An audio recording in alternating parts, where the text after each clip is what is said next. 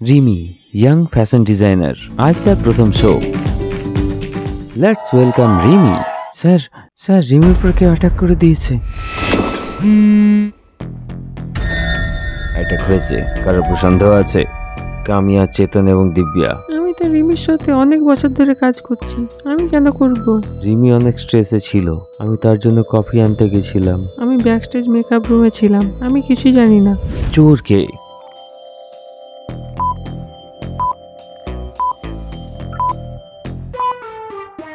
তুমি বলেছিলে তুমি রিমির সাথে অনেক বছর ধরে কাজ করছো, কিন্তু এটা তো তার ফার্স্ট শো। তুমি মিথ্যা কথা বলছো, তুমি রিমির উপর অ্যাটাক করেছো।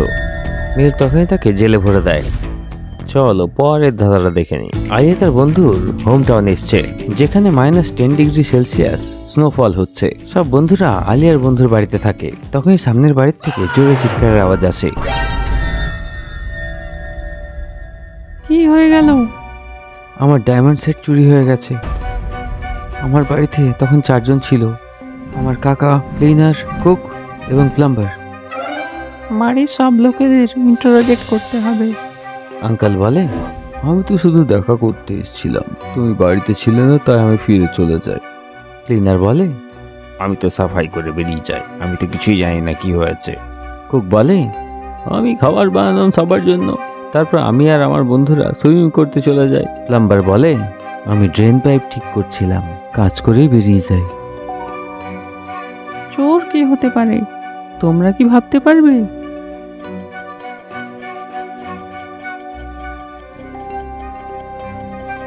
টেম্পারেচারটা -10 আছে, সেটাতে লেক ফ্রিজ হয়ে যাবে, তাতে কেউ সুইমিং কি করে করতে পারে? আমার লজিকের সামনে তুমি টিকতে পারলে না। চলো ফেরত দাও ডায়মন্ড সেটটা। চলো পরের ধাঁধাটা দেখে নিই। গ্রিনউড স্কুলে লাঞ্চ ব্রেকের সময় স্টাফ রুমে সায়েন্স ল্যাবের চাবি চুরি হয়ে গেছিল। তার কিছুক্ষণ পরেই কেউ সায়েন্স ল্যাব থেকে দামি জিনিস চুরি করে নেয়। ডিটেকটিভ মেহুল ক্রাইম সিনে পৌঁছে যায়। সবার আগে মেহুল স্টাফ রুমটাকে ভালো করে দেখে। এখানে 2টো ক্লু আছে। কোন 2টো ক্লু আছে তোমরা কি বলতে পারবে?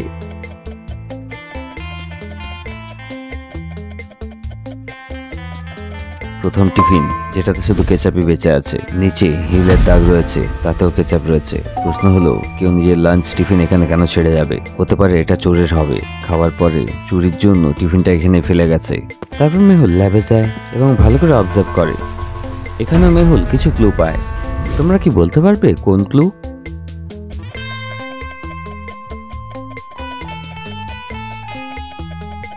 নিচে সেই হিলের দাগ, আবার সেই কেচাপের দাগ। ল্যাবটা স্টাফ রুমের পাশেই আছে, তাই দাগ হয়ে গেছে, অর্থাৎ আমার সন্দেহটা সঠিক ছিল। মেহুল 3 জনকে জিজ্ঞাসাবাদ করে। লাঞ্চের পরে আমি লাইব্রেরি চলে গেছিলাম। ল্যাব কি আমি কখনোই পাই না। আমি তো ল্যাবের টুলসের লিস্ট বানাচ্ছিলাম, আমি জানি না যে চাবি চুরি হয়েছে। আমি তো লাঞ্চের পরে ফুটবল ফিল্ড প্র্যাকটিসের জন্য চলে গেছিলাম, আমি কিছুই জানি না। মেহুল 3 জনকে ভালো করে অবজার্ভ করে এবং বুঝে যায় যে কে চোর। কিন্তু তোমরা কি বুঝতে পারলে?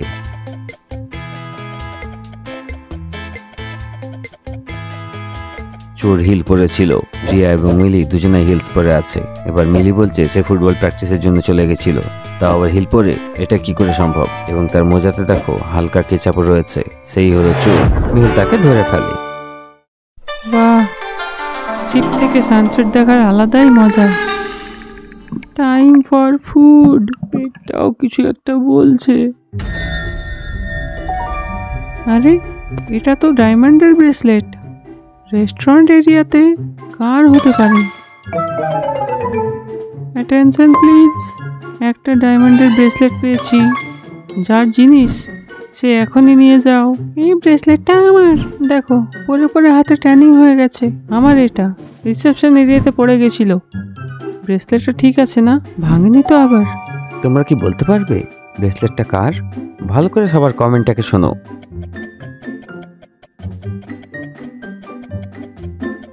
জয়ার হাতে ট্যানের কোনোই সাইন ছিল না। নেহা মিথ্যে কথা বলেছে, কারণ ব্রেসলেট পাওয়া গেছে রেস্টুরেন্টে।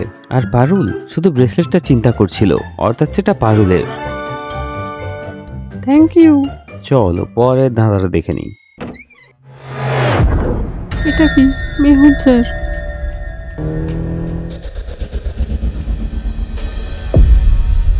এই মার্ডারটা ফ্লাওয়ার পট দিয়ে হয়েছে। আমার 3 জনের উপর সন্দেহ আছে, আমান, স্নেহা এবং রবি। আমি বিকেলে এসেছিলাম চিজ দিতে, দিয়েই চলে যাই। আমি রাতে এসেছিলাম, কিন্তু লাইট অফ ছিল, তো ফিরে চলে যাই। আমি তো ঘরেই ছিলাম। মেহুল সিনটাকে ভালো করে দেখে। হাতাহাতির সময় মনে হচ্ছে ফ্লাওয়ার পটটা ভেঙেছে। আমি বুঝতে পেরেছি কিলার কে, কিন্তু তোমরা কি বুঝতে পারলে?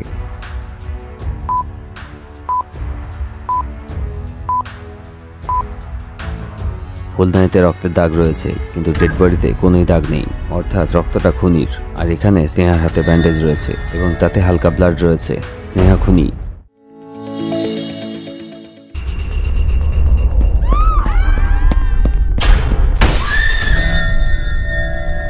আমাকে কেউ ভয় দেখিয়েছে। Broken mirror. এই নোটটা লিপস্টিক দিয়ে লেখা হয়েছে, ইন্টারেস্টিং। ফিঙ্গারপ্রিন্ট টেবিলে, কিন্তু এটা নেহার নয়। মেকআপ কিট ওপেন রয়েছে, কিন্তু লিপস্টিক মিসিং। স্যার, ব্যাক স্টেজে শুধু 3 জন ছিল। তারা আন্ডারস্টাডি, রাহুল, লাইট অপারেটর এবং রিমা মেকআপ আর্টিস্ট। আমি আমার লাইন রিহার্স করছিলাম একাই, নয় না আমার বন্ধু। আমি কন্ট্রোল রুমে ছিলাম, আমি কিছুই জানি না। আমি ওর মেকআপ করি, তারপর জল নিতে চলে যাই। তোমরা কি দেখে বলতে পারবে এটা কে করেছে?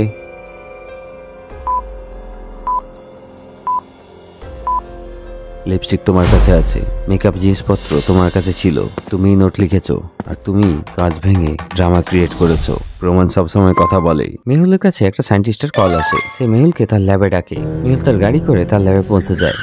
সায়েন্টিস্ট রবিন মেহুলকে নিয়ে তার ল্যাবের দিকে যেতে শুরু করে। সায়েন্টিস্ট রবিন, এত আর্জেন্টলি আমাকে কেন রাখলেন? আমি তোমাকে কিছু দেখাতে চাই। এটা বলেই রবিন মেহুলকে তার ল্যাবে ডেকে নেয়, কিন্তু রবিনের টেবিলে কেউ সারপ্রাইজ কেক রেখেছিল।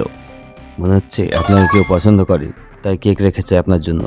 রবিন জানতে চেয়েছিল যে এটা কে রেখেছে, তাই সে তার অফিসে থাকা সবাইকে ডাকে এবং কেকের ব্যাপারে জিজ্ঞেস করে। সাফাই আলী বলে, স্যার আমি আপনার ল্যাবে এসেছিলাম, কিন্তু তখন এই কেকটা ছিল না।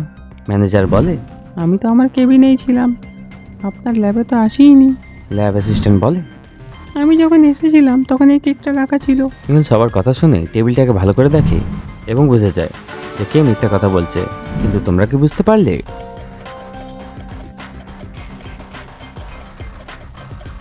মেহুল যখন টেবিলটাকে দেখে তখন সে সেখানে একটা ইয়ারিং দেখতে পায়। সেরকম একটা ইয়ারিং ম্যানেজার পরে আছে, কিন্তু দ্বিতীয় কানে মিসিং হচ্ছে এবং সে তার স্টেটমেন্টে বলেছিল যে সে ল্যাবে আসেইনি। তাহলে ইয়ারিংটা কোথা থেকে এলো? অর্থাৎ কেকটা সেই রেখেছে। সে তার সারপ্রাইজে রাখতে চেয়েছিল।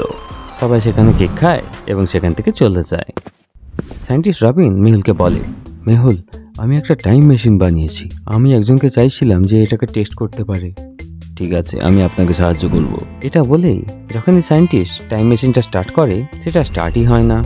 কিছুক্ষণ আগেই তো সবকিছু ঠিক ছিল, এবার এটা স্টার্ট কেন হচ্ছে না? আমি জানি এটা কেন স্টার্ট হচ্ছে না। তোমরা কি ভালো করে দেখে বলতে পারবে এটা কেন স্টার্ট হচ্ছে না?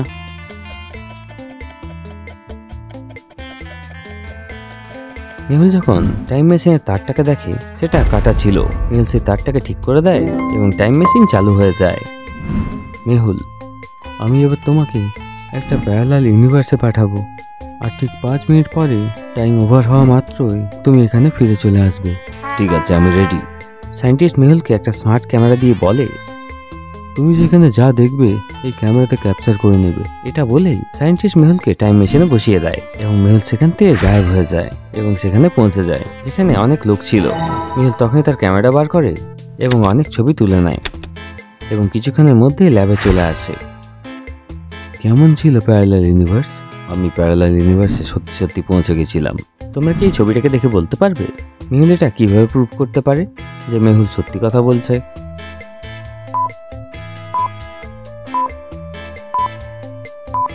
মেহুল যখন সেই ছবিটা সায়েন্টিস্টকে দেখায়, তো সেখানে লোকেরা ঘড়ি গলায় পড়েছিল এবং টুপিগুলো পায়ে পড়েছিল। অর্থাৎ নিশ্চয়ই এটা কোনো প্যারালাল ইউনিভার্সই ছিল। চলো পরের ধাঁধাটা দেখে নিই। ইয়েস দ্য ঘোস্ট হান্টার একটা পার্টিতে যায়, যেখান থেকে সে কল পেয়েছিল যেখানে আশেপাশে কেউ ভূত দেখেছে। পার্টি, ঘোস্ট, এটা কিছু নতুন, কিছু তুফানি আছে। ইয়াস তখনই পার্টির ভেতরে যায়। সেখানে একটা মেয়ে আসে যাকে 3 জন ছেলে নাচের জন্য ডাকে। অমন, আপনি কি আমার সাথে ডান্স করবেন? রমি, আপনাকে তো আমার মতো হ্যান্ডসাম ছেলের সাথে ডান্স করা উচিত। সাগর, আমি আপনার জন্য পারফেক্ট ডান্স পার্টনার। তখন ইয়াস 3 জনের কথা শুনে এবং মেয়েটাকে ছেলেগুলোর সাথে ডান্স করতে মানা করে দেয়। রিয়া সেরকমটা কেন করলো তোমরা কি বলতে পারবে?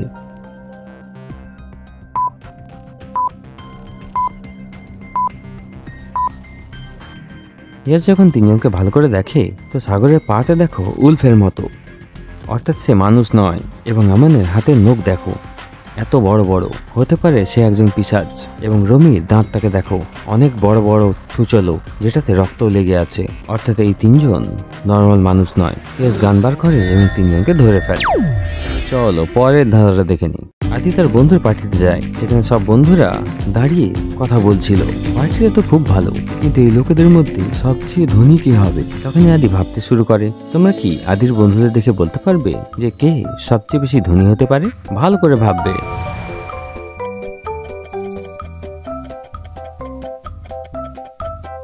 আদি সবাইকে ভালো করে দেখে এবং বুঝে যায় যে অখিলের হাতে যে ফোনটা আছে সেটা হার্সের, সেটাতে এইচ লেখা আছে। রবিন যে জুতোগুলো পরে আছে সেটা কপিড, একটাতে নাইকি সিম্বল, দ্বিতীয়তে রিবকের সিম্বল। হার্সের কাছে নিজের গাড়ি আছে এবং তার কাছে আইফোন আছে, তো সেই সবচেয়ে বেশি ধনী হবে। আদি তার স্টুডিওতে বসে কাজ করছিল, তখনই লাইট চলে যায়। আরে এটা কি, কারেন্ট কেন চলে গেল? তখনই আদির রুমে দরজাটা খুলে যায় এবং পুরো রুমে গ্যাস ছড়িয়ে যায়। আদি অজ্ঞান হয়ে যায়। আদির চোখ খোলে তো সে একটা অন্ধকার রুমে বসেছিল। আদির সামনে একটা পেপার রাখা ছিল, যেটাতে কিছু নাম্বার লেখা ছিল। আদি বুঝে যায় যে তাকে কোশ্চেন মার্কের ভ্যালুটাকে ফাইন্ড করতে হবে, হয়তো তার ফলেই ওই সামনের দরজাটা খুলে যাবে। তোমরা কি বলতে পারবে কোশ্চেন মার্কের জায়গায় কি আসবে? ভালো করে ভাববে।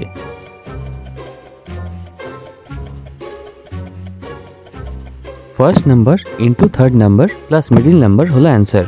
যেমন 1 into 1 1 plus 2 equals to 3, 3 into 3 9 plus 4 13 হয়ে যাবে, 4 ইন্টু 3 12 প্লাস 5 17 হয়ে যাবে। তাই উত্তরের জন্য 6 ইন্টু 2 12 প্লাস 1 13 হয়ে যাবে। আদি এটা বুঝে যায়, 13 প্রেস করে এবং সেখান থেকে বেরিয়ে যায়। চলো পরের ধাঁধাটা দেখে নিই। সায়েন্টিস্ট ভুলভুলাইয়া তার ল্যাবে এক্সপেরিমেন্ট করছিল। যদি এই এক্সপেরিমেন্টটা সফল হয় তাহলে কত লোকের লাভ হবে। সায়েন্টিস্ট মার্কেট যায় কিছু কাজে এবং যখন ফিরে আসে তো দেখে যে তার নোটবুকটা সেখান থেকে মিসিং আছে, যেটাতে সব রিসার্চের তথ্য লেখা ছিল। তখনই সায়েন্টিস্ট তার ল্যাবে কাজ করা স্টাফদের ডাকে এবং জিজ্ঞাসাবাদ করে। সবচেয়ে আগে অজয়, স্যার আমি কিছু দেখিনি, আমি তো আমার কেবিনে ছিলাম। তারপরে রোহন সাফাইওয়ালা, আমি সাফাইয়ের কাজ করছিলাম, আমি এখনো পর্যন্ত ল্যাবে যাইনি। তারপর প্রিয়া, আমি কিছুই জানি না, আমি তো এখনই ল্যাবে এসেছি। তোমরা কি বলতে পারবে চুরিটা কে করেছে? ভালো করে ভাববে।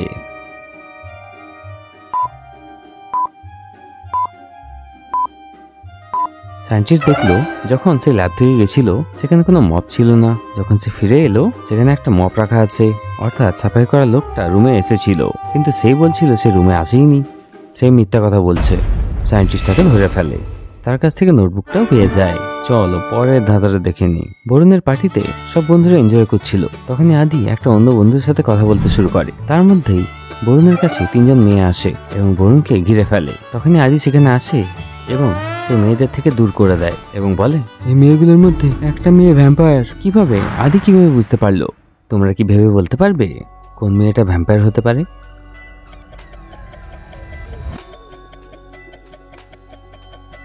আদি দেখে যে 2 জন মেয়ের ছায়া দেখা যাচ্ছে, কিন্তু একজনের ছায়া দেখা যাচ্ছে না, অর্থাৎ সে একটা ভ্যাম্পায়ার। তারপর সবাই পার্টি এনজয় করতে থাকে। তার মধ্যে পুলিশওয়ালার কল আসে, যে আদিকে বলে যে একজন ক্রিমিনাল জেল ভেঙে পালিয়ে গেছে এবং সে বরুণের পার্টিতে লুকিয়ে আছে।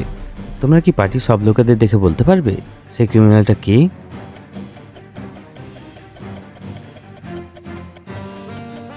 আদি সব গেস্টদের ভালো করে দেখে। এই লোকটাকে ভালো করে দেখো, ভেতরে জেলের জামা কাপড় পরে আছে এবং উপর থেকে এসে জ্যাকেট পরে আছে, যাতে তারপর কেউ সন্দেহ না করতে পারে।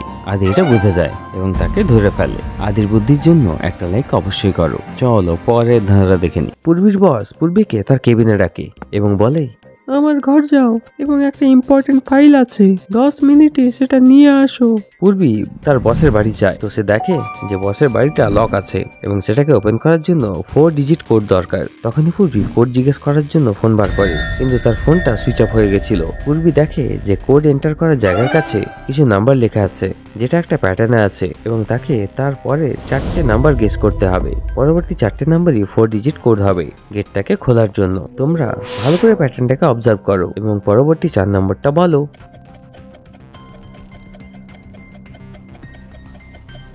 2 + 3 = 5 আছে, 5 + 3 = 8 আছে, 5 + 8 = 13 আছে। অর্থাৎ তার আগের দুটো নাম্বারের সাম আমাকে নেক্সট নাম্বার দিচ্ছে। তাহলে পরবর্তী নাম্বার হয়ে যাবে 8 + 13 অর্থাৎ 21, এবং তার পরবর্তী নাম্বার হয়ে যাবে 21 + 13 অর্থাৎ 34, অর্থাৎ কোড হয়ে যাবে 2134। পূর্বে এটা বুঝে যায়, কোড এন্টার করে তো দরজাটা খুলে যায়। চলো পরের ধারা দেখে নিই। আলিয়া একটা সেলুনে ফেসিয়াল করাতে যায়। ফেসিয়াল ম্যাসাজ পেতে চলেছিল, তাই আলিয়া খুব খুশি ছিল। তখনই আলিয়ার সামনে 3 জন আসে। আলিয়াকে 3 জনের মধ্যে কোনো একজনকে চুজ করতে হবে। তোমরা কি বলতে পারবে আলিয়া ফেসিয়াল ম্যাসাজের জন্য কাকে চুজ করবে? ভালো করে 3 জনকে অবজার্ভ করো।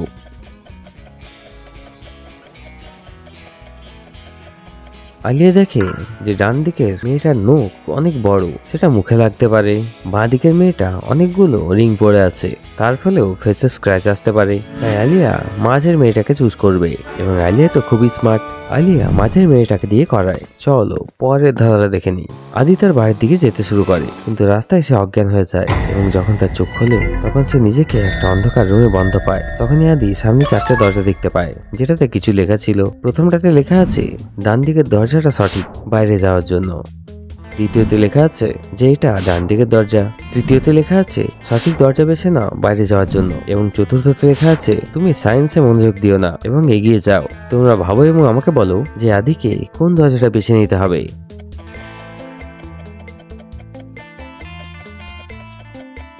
প্রথম দরজা লেখা আছে যে ডান দিকের দরজাটা সঠিক, এখানে 3টে ডান দিকের দরজা আছে। দ্বিতীয় দরজা বলছে যে আমি ডান দিকের দরজা, তৃতীয় এবং চতুর্থ তো ডান দিকের দরজা। তৃতীয়তে লেখা আছে যে তুমি সঠিক দরজা বেছে বাইরে যেতে পারো, কিন্তু চতুর্থতে লেখা আছে যে তুমি চিহ্নের উপরে মনোযোগ দিও না এবং এগিয়ে যাও। যদি তোমরা 4টেকে দেখো তাহলে 4 নম্বর দরজা দিয়ে তোমরা জানতে পারছো যে আসল দরজা কোনটা হতে পারে। এই দরজা দিয়ে তোমরা জানতে পারবে যে সঠিক দরজা কোনটা হবে, যেটা কনফিউশন ক্রিয়েট করছে না।